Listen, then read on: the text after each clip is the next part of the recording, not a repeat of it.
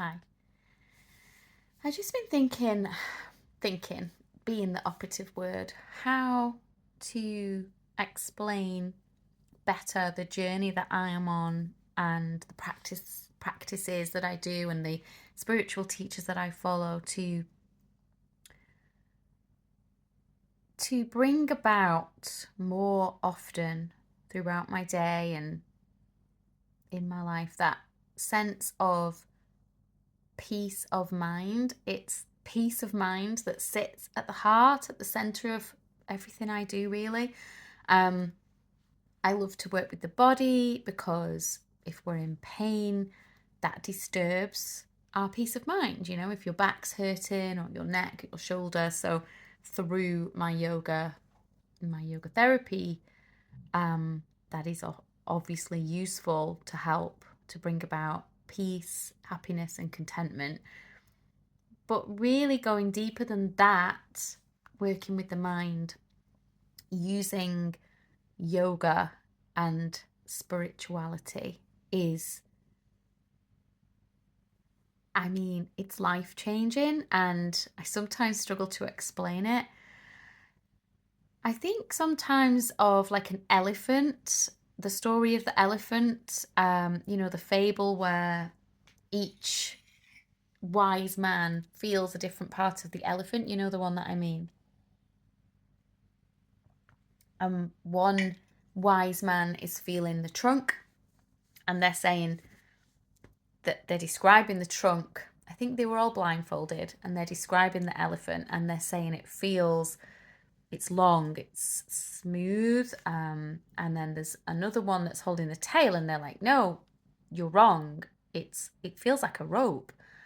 And then another one is holding the tusks, and they have a completely different experience. So I think it's a little bit like that when we work with different spiritual teachers. They are pointing to the same thing, and you can feel it, you can hear it. So if we take Eckhart Tolle, wonderful, wonderful spiritual teacher and human being, and his key message is about being present. His book is called The Power of Now. So he's describing the route to peace of mind as presence. And of course, that is one way up the mountain. That is one way to get there, because if we are constantly in our head and we're led in our mind and our thoughts torment us by raking over something that's happened in the past and clinging on to it, or constantly being off somewhere in the future, that is never going to give us peace of mind, right? So he's written books, he talks all the time. I love, love, love listening to him. And he's describing one route, absolutely. And then if we listen to Byron Katie, another beautiful human who has had an enlightenment experience like Eckhart Tolle, so we need to listen to these people. They have been somewhere that none of us have been. They have seen things that none of us have seen, right? Her message is question your thinking. So she's holding the tusks and she's like, no, this is the way we do it. I had this experience, it came to me. We must question our thinking, because our thinking, if we believe those little thoughts and those mind monkeys and those stories, that is going to cause us suffering. Then we have an amazing genre of spiritual teaching from a Scottish welder called Syd Banks, called The Three Principles. This is something I discovered with a lady that I was working with as my therapist when I was experiencing some really dark times in 2018. And this teaching again is holding another part of the elephant, but it's the same thing. Are you getting that? This is your thinking, the thoughts, the fact that you've got a mind to be able to have the thoughts in the first place. And the fact that you've got consciousness, so you're aware, as a human, you're aware of your thinking, or you can choose to be aware. You can choose to sit and listen to those thoughts and be like, that's interesting. Is that thinking making you feel good? Is it a good thought? Is it serving you? Is it positive? Is it uplifting? Or is it negative? Is it critical? Is it pulling you down? Is it making you feel crap? And the whole of your experience is fundamentally created by your thinking. So you, as a human, have the power to, number one, get out of thinking and drop out of thinking, to sit and to choose to let the thoughts be there, but let them swim around, but not dive into them, not get attached. And even if it's just a fraction of a second, like just 2, 3, 4 seconds, it doesn't have to be a long meditation. It can just be a few seconds. You will feel better. You will feel a calmness, a peace, a quietness. And also the teachings of the 3 principles, so the 3 principles, mind, consciousness, thought, teaches us that when we do drop out of our thinking, we have access to, we can plug in to the true self, the self with a capital S. So we get to plug in to whatever it is that has created the human body in all of its magnificence. So you want to call that God, you want to call that life force, you want to call that whatever you want to call that, but that is your birthright. Then we look at the yoga and the yogis, and it's the same. It's feeling a different part of the elephant, but it's all the same. We use meditation to do that, to drop out of our thinking and to experience, have a real tangible experience, for yourself, not taking anyone else's word for this. You can try it for yourself, and to tune into your higher self, to tune into that energy.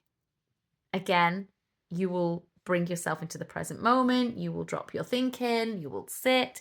You will need a flexible enough body to be able to sit if you want to sit cross-legged, or you can just sit in a chair, sit up nice and straight. And so the whole point of yoga is that it's to relieve us from our suffering, physical and mental suffering, the torment. And then there are lots of others, but finally, another one of the pieces of the puzzle that I love, love, love is a teacher called Michael Singer. And again, he has had this direct experience himself, so he knows what he's talking about, but he's describing it again just slightly differently. And he says, live this. You don't have to be sat in meditation. When you live your life, when somebody says something that triggers you, hits your stuff, and it makes you think, so now I'm disturbed. The calm lake, that is my birthright, my center, my calm. When I'm out and about, when I'm in my car, when I'm talking to people, friends, family, loved ones, colleagues, I get annoyed, I get angry, or I get sad, or I get upset. And all of these things are just things that are stored throughout my life in my body that are causing me torment, that are causing me to be disturbed. And we get to notice them. We get to go, aha, that's really interesting. I'm not going to go down that road. I'm not going to get wrapped up in that dodgy thinking. I am going to relax and I'm going to breathe and I'm not going to do anything, but I'm just going to let it go. So I did a little mind map for myself to think about all of the different teachings and the different ways that they're describing the same thing. And I just thought it might be nice to summarize it for you. Let me know what you think. It's very, very, very interesting as a seeker of more peace and more happiness and joy and contentment. Isn't that what we all want? So I just thought it'd be really useful. I am teaching some of this stuff in my January Stress Less course at the moment. just snippets, and also other things like managing your time better and practical, tangible tools as well that I find useful. So if you haven't caught that yet, there's a few days left. I'm going to leave that group open till the 5th of February. So if you wanted to catch that, and you might not listen to all of the videos and look at all of the 30 days, but even if you dive into a few and it might serve you well, you might find it useful. So let me know if you would like to join us in the January Stress Less Challenge. If not, let this sink in. If you are interested in feeling happier, better, more content, more peaceful, this is what I do. Let me know if you have any questions. Bye for now. Have a great day.